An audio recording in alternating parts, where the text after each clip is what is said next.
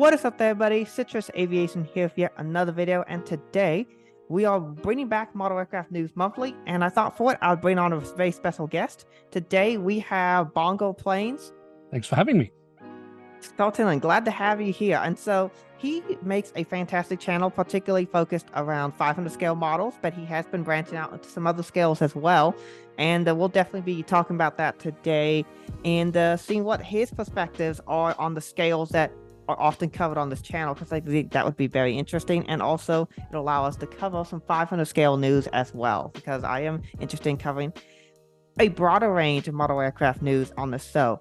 You're a 500 scale collector. How long have you been collecting 500 scale, and like approximately how many aircraft do you have in your collection? Good question. I mean, I've been collecting kind of on and off. I mean, I got some models when I was a child, so they were actually scale 600, and played around with them like toys. And then in the mid-90s, it would probably be I got my first scale 500 models, but at the time I had no concept of scales, and they were just nice models. But then as I got a little bit older, I started collecting these models. So like actively collecting, I don't know, let's say 20 years or something like that, as a hobby, as a collection, and not as a toy. Very nice, very nice. Yeah. So you've been doing this for a while, probably. Oh yeah. My collection now is, I think, around 940-ish models, but that's including a few scale 200 models. But yeah. Yeah, nice. You know how it is. Once you get past a certain number, you're like, I have, somewhere around this number of planes. I don't know. It's something like that. I counted them some years ago because I had a lot of requests because people wanted to know, and but I only counted them once, so I don't know if I made a mistake. And I try to keep up with when I get new models to note it down. But yeah. And of course, if you're anything like me, you have models in different locations too. So it's not like you just conveniently get all of them counted in one spot. Like I have. See, my models in 3 different locations across the country, so it is what it is.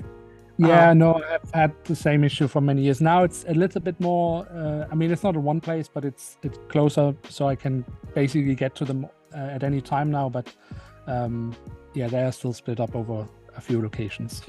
Very nice, very nice. Alrighty, so you have been collecting for a while. You have a lot of collections. How do you feel about the current, if you want to call it, the current health of the 500 scale market and industry? I know that's definitely something that you are greatly interested in with your channel. For sure. I think it's a quite interesting time period for scale 500, because there is potential that it could be basically at the dawn of a comeback. It's been going really strong in the start of the 2000s and the beginning of the 2000s, where we had many manufacturers making great models and with lots of detailing. And we had Herpa, which always was kind of more the more price-sensitive product. So not as many details, but at good prices. So it was always the value product, basically. And then, unfortunately, in the first decade of the 2000s, many of the companies died off. And today we are basically left with Herpa wings. There are still a few others, but the largest company in scale 500 is Herpa wings. So we are very dependent on them. And while they're still making good models, they could definitely improve, and they're still lacking behind in detailing. I mean, you can get scale 500 models from the start 2000s that have more details than new Herpa releases today, which is both funny and sad at the same time, I guess. But there are also there's also reason for hope, because, for example, we have JC Wings that every now and then drops something in scale 500. I hope and wish that they will do much more in the future. And there are people working in the background on perhaps establishing something new, but it is still very much in development. So there's nothing really concrete right now. So right now we're really very much dependent on Herpa wings, and while they often give us nice models, they do also let us down quite often. Yeah, that's definitely understandable. The lack of competition is probably honestly the most concerning thing in the marketplace because competition is generally a very good thing in a capitalist-based society. Um, Oh, for I, sure. my biggest scale I collect is 400 scale, just the size, just bigger, just a little bit bigger. And there's a ton of competition right now. There's tons of manufacturers that do it. And JC Wings, you never know what they're going to do. And even with their releases, you might wait 1 or 2 years for them to actually sell up, you know? So For it just sure. that just is the way it is with JC Wings. Gemini is a lot more consistent, but that's based on the process that they use. Full the scale has the benefit of all the competition. You have NG Models, Gemini Jets. Those are two big companies, but there are so many other smaller manufacturers that exist. I would say there's at least a half dozen decent players in the space, which helps a lot for the scale. It also helps, I think, 400 scale is probably the second largest of the scales. 200 scale is probably the biggest overall in terms of variety and what's available and the fact that you can buy it literally anywhere. For sure. And I also think one of the reasons why 200 scale, which you recently started collecting some more 200 scale, you've kind of delved into that a little bit more and some 400 scale stuff. It seems like 200 scale has higher profit margins too, which probably helps a lot as well with them. So you recently have done some videos. I think it was with the F&B shop, if I remember, something like that. And you've done some sponsorships with them with some 400 and 200 scale models. What are your thoughts now that you have some of those in your collection? You've been able to review them and examine them. Yeah, so I mean, Scale 200 I've been collecting actually for years, but not that much, just every now and then something. But I was a bit more curious to, well, see more options, what's out there. So the premium products, Herpers, which you tend to just be a little bit underneath that. And then there are the cheaper versions, like the kind of snap-fit models where you still partially self-assemble models, which was quite interesting to see how models from different manufacturers kind of, yeah, where they were placed in the market price-wise, but also quality-wise and detail-wise. And I mean, I think you had a nice video as well where you reviewed a 787 of United Airlines from Herper Wings. Herper does nice scale 200 models, but you just cannot compete with brands like Gemini or JC or you name it, In-Flight 200, for example. In terms of scale 400, yes, I've branched out a little bit. And taking a look at some of the lovely scale 400 models. I do quite like scale 400. I know that I'm focused on scale 500 and on my channel, but it's not that I have a dislike against scale 400. It's just scale 500 is the right size for me. But so I had the opportunity to take a look at some scale 400 models, like, for example, the A330-900 Neo of Air Greenland, which was made by JC Wings. And I had the opportunity to take a look at an Aviation 400 model of a Virgin Atlantic A330. And that was quite interesting because, I mean, obviously there's lovely details on both of them. While I don't think that JC Wings got the red color of Air Greenland quite right, I know they're not the only ones that have been struggling with that color. But what I found quite interesting with the Aviation 400 model, for example, was while I don't think their mold was quite as good as, for example, from JC Wings, but they had basically taken some of the details that I know from JC Wings and Scale 200. So they had like these physical beacons, for example, which I really loved. That's the thing I like with the JC Wings models. I think Gemini Jets might also have that. Yes, as of right now, that's an Aviation 400 exclusive thing in terms of 400 scale, which is they basically have looked at the 200 scale markets like, oh, let's take that and put that on a 400 scale model. And that really is what makes their models like so impressive. It kind of looks like they miniaturized a 200 scale model and then sell it as a 400. Yeah, exactly. That was really what impressed me. So yeah, as I say, maybe the mode wasn't the best, but the fact that they have taken inspiration from Scale 200 and some of the details that we have seen there and put them into Scale 400, I really loved. I thought that was really, really quite cool. Yeah. They got, I think some of them molds have a couple of little issues. The Airbus 350 in 400 scale, I have a couple of those, a Delta and a Turkish Airlines. I feel like they got a couple of things wrong on the A350. Like the landing gear, the bogies are a little bit too close to each other. It looks more like a 777 and not a A350. Like, you know, the wheels are supposed to be fairly spread out. That allows for better weight distribution. And I feel like the front section of the aircraft is like a millimeter too short. But Hmm. outside of that, the detailing is amazing. I think the current JC Gemini 400 scale wide body molds are really, really good right now. The A330 Neo is probably the best of the other A330 Neos. The Phoenix One is garbage. and the Aviation 400 is a really good attempt. But I think the Gemini JC is better. I have a few of those, a Virgin Atlantic and a Delta, and I want to get the Condor probably at some point because I have seen it now in Las Vegas. But yeah, they're making some great molds. If you want to try out one that's really, really good, get one of their 777s with the flaps down. It's really impressive. I love the flaps down feature. It's kind of it's unique in the scale, and they've been doing a 200 scale as well. You got to try out one of the interactive series models. I think it was a KLM 747 operated by Martin Air Cargo. What did you think of that? I liked the idea. I did not like the execution. Unfortunately, I was really, really excited when I got the model to take a closer look at it and review it. The thing is, I also later reviewed, that was not an interactive model, but another Gemini Jets 400 scale 747 of UPS. Was the same for both models, is the fact that if you are so bold to write a lot of good sounding statements on your box, let's say it like this, then you also need to live up to it. And I don't think they did. The landing gear was really shoddy on both models, shockingly bad, to be honest. The molds themselves were fine, but the landing gear was terrible. What I didn't like about the Scale 400 interactive model was that, again, the idea is good. I like the idea, but it was too fiddly and it was not well executed. So it was, you know, some parts were fitting perfectly, some were not fitting at all, and some you couldn't actually add to the aircraft because, yeah.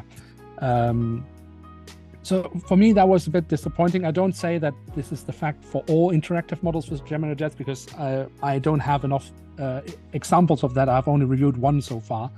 But for the KLM, it didn't really work for me.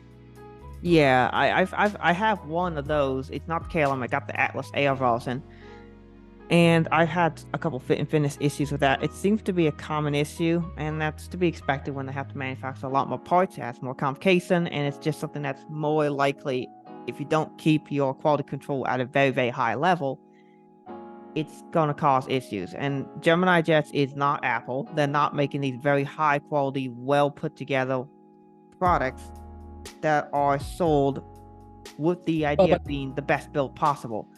Sure, but they're not try to add to the box as real as it gets and stuff like that. And I think that's really what gets me here, because if they wouldn't add these really bold statements to their box, then I would say, well, okay, maybe I'm a bit more lenient. But if you really go all out, I mean, all the way, trying to tell customers this is the best product you can possibly get in the market, no one can beat us, and the product then just doesn't live up to it, then it gets even more disappointing, I would say.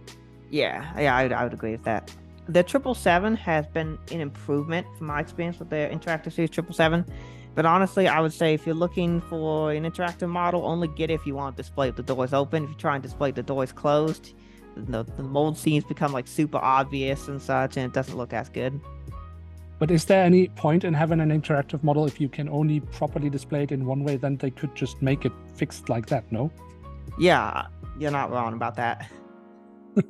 And honestly, I think the reason they actually have to do it is due to the manufacturing process.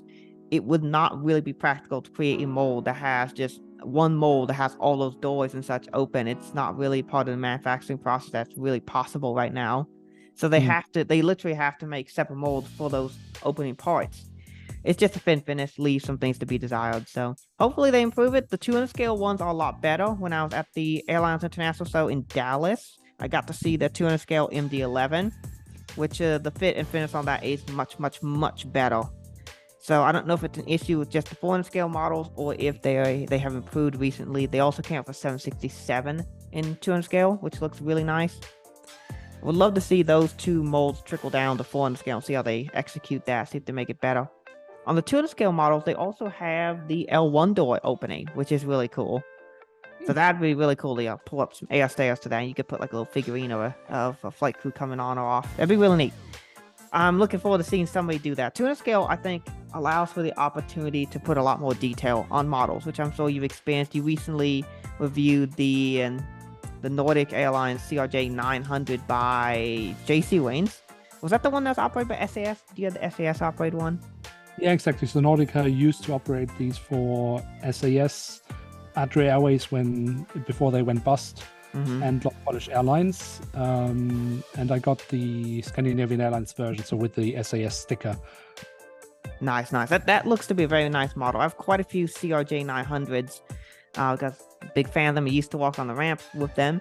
So I have Geminis. I have 7 Deltas, 1 American, a US Airways, and Air Canada. The Air Canada is a CRJ 705, but that used the same frame as the 900, and all of those have now been converted to CRJ 900s. And what else? I have a few others. But I do love my CRJ 900s. I think that aircraft in general, I don't know if you've ever flown one before. It's kind of Many times. Yeah, it's an underrated regional jet. I think a lot of people hate on it unnecessarily. I mean, I think it's a beautiful looking aircraft. I really like the look of it. I'm not a huge fan as a passenger. Okay. Well, it's not a CRJ 200 if you've ever had the displeasure of flying on one of those. So I've been flying on those as well, yeah. Yeah, nice. The CRJ 200, really, the issue with that aircraft is that they tried to turn a private jet, the Challenger 600, into a commercial airliner. Did not work out that great. They sold a lot of them because at the time it was like one of the only options you could get. But the aircraft have massively improved in terms of the quality and the passenger comfort, particularly once they start focusing on purpose-built regionals. And you step out of a CRJ 200, you go into CRJ 700, 900, 1000 series, and you can tell the difference is noticeable, particularly if you get to fly one of the ones with the atmosphere cabin. It's a lot nicer. It's still kind of a small aircraft. You can tell it's a small aircraft, but the quality of the experience is a lot better. And I know some people like to complain about the ride quality on the CRJs. I actually don't mind. It's kind of cool to actually feel everything. It's kind of like driving a manual sports car versus driving an auto. You know, it's you buy it because you want the experience of driving the car and feeling everything. That's what it feels like to be in a CRJ. But the E-Jets are way, way, way better aircraft overall. All right, so what do you think is one of the best 500 scale molds out there? Particularly, let's say someone's getting into scale and they want to get their first Purple Wings or 500 scale model. What's one of the ones you might direct them to take a look at? So actually, 1 or 2 years ago, JC Wings released a bunch of scale 500 models, all Nippon Airways with various liveries. But I think the best mold they actually came up with here was the 7879 mold, because it actually added physical antennas, which I know is a feature that you have already for many years in scale 400, but it's still a rarity in scale 500. So that was a really awesome mold, but unfortunately we've only seen this one model so far. So a more common mold that I would say is really good by now is the 737-800 or 737 MAX 8 mold from Wings. So the 737-800 mold has been brilliant for years. Excellent aircraft model from Wings, and a scale 500 model. And the MAX 8 has become much better now, or recently, because when Happo released that model first time, they had massive issues with the height of the landing gear. The very first model they came up with was of a TUI fly, and that it looked like being on stilts. It was super, super high. They corrected that for the following models that came over the last few years, but it was still, I mean, technically the landing gear was in the correct height, but you have this strange effect when you take details from a real aircraft or real car or whatever and shrink it down. Even though you replicate it 100% perfect, it might not always look correctly. And this was the case with the landing gear for the 737 MAX 8 and 9 for that matter. And they recently fixed that. So they shrunk the height a little bit, and now it looks really, really good. Together with the mold of Wings, it's a brilliant little scale 500 model. So any models released by now of the Max 8 and 9 from Wings, I can definitely recommend for anyone starting to collect Scale 500. And there should be plenty of those available because they well-manufactured aircraft, and Harper does seem to make a decent number of them, so it's good. How is the Max 9 mold in comparison? It's the same. It's just a Okay. bit longer. So just like in real life. Nice, nice. Hopefully yours actually comes with door plugs that are fully installed from the factory. I mean, yeah, Harper doesn't make interactive models for some reason. Ah, okay, interesting. Wonder why. Hey, as long as they remember to print it, that's always a good thing. I got my first Delta 175, the 7 I picked up, is actually just straight missing the forward cargo compartment detail on it. So that was interesting. So we'll see if anything happens with that. Gemini said they would like to send me a replacement. Hasn't happened though yet, so we'll see. Moving on to releases, I have 3 that I want to talk about today. Unfortunately, I could not bring my guest on for this section because this part of the video is being recorded the day that I'm publishing this video, which is like 2 months after I recorded the initial portion of the video. So do apologize for that, but I want to talk about 3 releases today. We're going to start with the Aviation 400, or what they now call Aviation Models release, with their 400 scale releases. And they are bringing magnetic gears to their entire lineup of aircraft. So all the aircraft in this release set should have magnetic landing gear, all the ones in the spring set, including all the 787s, the Airbus 350s, etc. A lot of really interesting models here, but I really want to talk about 3 because they're going to be available soon. We first have the Air New Zealand All Blacks 787-9. That would complement my Air New Zealand 777 All Blacks really nicely, so I might pick that up. And this one should have the retractable gears. It'll have the spinning fan blades and the dual beacon lights, along with all that really, really nice molded in detail. Again, basically Aviation 400 makes 200 scale model aircraft downsized to 400 scale. So that'll be incredible. The next 2 are ones that I really need to get, and these are for soy. The Air New Zealand's kind of maybe. But the KLM 787-9, I need that. That hasn't been made since 2019 by NG Models. And then Phoenix and Gemini Jets both made one. The Air New Zealand All Blacks has not been made by NG yet, as far as I know. In fact, the last release of it was like back in like 2016 by like Phoenix. And then Gemini Jets made one a long time ago in 2014 as well. So it's been a long time since we have had any of these 3. But the KLM is one that I definitely need for a bunch of airports, 787-9, definitely picking that up. And the one that I'm picking up first will be this Air France 787-9. Again, the pictures are available for these 3, so these should be available here at retailers probably in the next month or so. But yeah, the Air France 787-9 I definitely need for my new airport that hopefully, if you're all watching this video on Friday, a week from today, that new airport will be unveiled. And the Air France 787-9 does fly there. So for those of you who don't know what it is, some of you have figured out what airport it is. Many of you have not yet. But this 787-9 for Air France does fly there, and I would like to get this model for that airport. So it'll be really cool to get it. Aviation 400, again, makes some really nice models. So that'll be one that'll be nice to get. So those are the highlights I really want to talk about. The 2 787-9s for sure I will be picking up. We next move to the Gemini Jets April 2024 releases. The May set should be coming out here fairly soon, but the April one is out, and there's some interesting aircraft in here. We are getting a United Max 9 in 400 scale. That is very exciting. Finally, someone has made a new livery United Max 9. It only took them like 3 years to finally make one, but we do finally have one here, and it is going to be registered as November 37555. I have seen this aircraft in real life, so I'll be picking this one up as well. 37555, I believe, is one of the more recent delivered ones, one of the 2023 or newer delivered, and all those have the updated signature cabin in them, which is really nice. The new Mexicana 737-800 is interesting. I'm not the biggest fan of delivery, and also the Gemini Jets Belgium won't be as good as some of the others. The Delta 752, I do want to talk about this one because this is an interesting aircraft. It's registered as November 683 Delta Alpha. This is not just any Delta 757-200 though. You may notice it doesn't have winglets. This aircraft does still operate with Delta Airlines to this day in their charter service. No one has ever made a model yet of a Delta 752 that's operated under their charter license. but we do have this now. So Delta VIP 752 is the very first model ever of it being made. And the picture shows antennas on both the top and the bottom. So I assume a 200 scale version of this will be coming out very soon as well.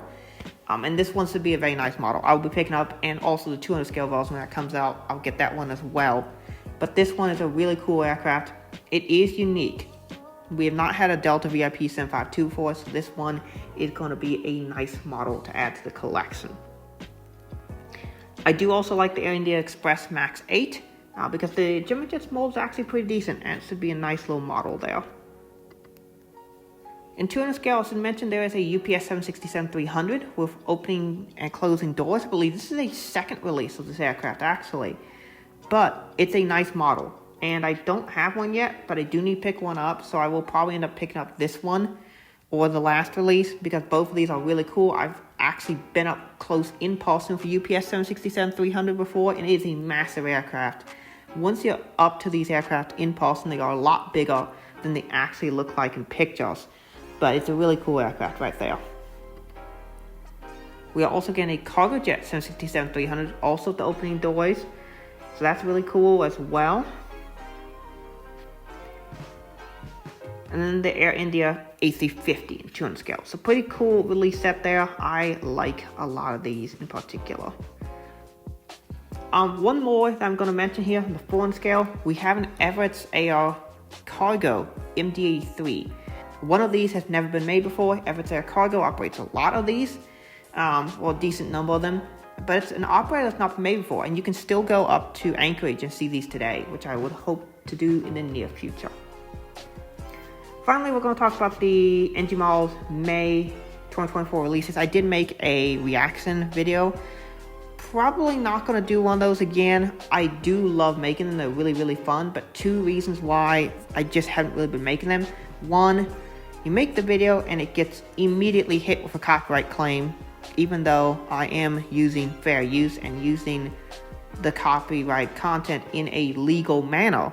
It still gets hit with copyright claim, and it takes days to go through the process to kind of get that copyright claim removed, by which point the video is no longer making any money. So it doesn't really matter in that case. And then also, not that many people watch these.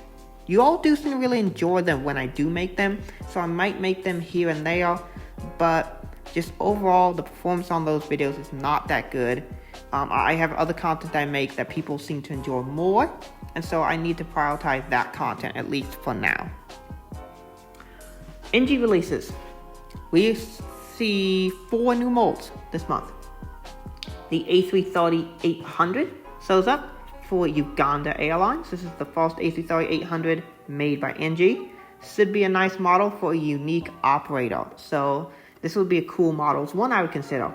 And then the A330-900 also debuts for NG models. We are getting 4 variants of the Delta Airlines A350-900. We're getting November 411 Delta X-Ray. That is the Team USA special livery in both standard and the collector's edition. The collector's edition comes with a unique box and a stand, so that's what you're paying the extra money for. So based on if you really value those things, you'll want to pay the extra money for that. If you don't bother. The A330-900s though, both come in a collector series and a standard, but the different tail numbers. November 405 Delta X-Ray and November 412 Delta X-Ray. So I'll probably be picking up both of those. I do need a standard livery Delta A330neo. From what I've heard, the new NG version is really, really, really good. So I think I will pick up this one, pick up both of these actually, for my Delta Airlines collection. And I don't think I'll touch the Team USA one because I already have the Gemini Jets version, which is a good model. The NG ones should be better, but it's not that much better that I need to upgrade to it. So I'll just get the 2 standard livery ones, see how that is, maybe compare it with a Gemini Jets version, and move on from there. In addition, we also see the MD-80s be announced for the first time, and we are getting the MD-83s. I think these are all MD-83s that they're making for American. We're getting them in 3 different tail numbers, which is really cool. So we're getting November 589 Alpha Alpha, 9620 Delta, and 984 Tango Whiskey. 984 Tango Whiskey comes in the collector's series edition. So again, you get a metal stand and a nicer box with it. So that's what you get. 3 of them. I think that's actually reasonable considering how long it's been since one's been made. Gemini Jets made one back in 2018, but since then there has been none made, and there's been a significant demand for these. So I think all 3 of these will sell quite well. 200 scale, we get the new 737 MAX 8 mold. That finally shows up in 200 scale. NG Models is putting a lot of the mainline aircraft now available in 200 scale, and so they're starting to roll those out. And so a lot of these releases we've seen 400 scale before, but we're now seeing them in 200 scale. And they made 6 MAX 8s for their first release set. They did blank model, they did Southwest in the Imau 1 special livery, they did 2 Air China variants, one for special livery, 1 standard, and then they're doing 2 China Eastern variants, both standard livery. So those are really the highlights. I'm not really going to cover too much else here because anything else you might be interested in, you can just look at the release yourself. And honestly, the new molds are really the highlights for this NG release set. So that is it for the release section of the video. That is basically it for this episode. So thank you so much for coming on to the channel today. Would you like to tell people about your channel and what sort of things they cover and what they can expect if they go subscribe to you, which they definitely should? So yeah, I have a little YouTube channel where I do a bunch of model reviews. I focus on scale 500, but as we talked about in this video, also recently branched out a bit and started also every now and then reviewing scale 400 models and scale 200 models. So all sorts of aviation model content on that channel. I recently was at a large convention in Amsterdam, and there's a bunch of videos coming from there as well.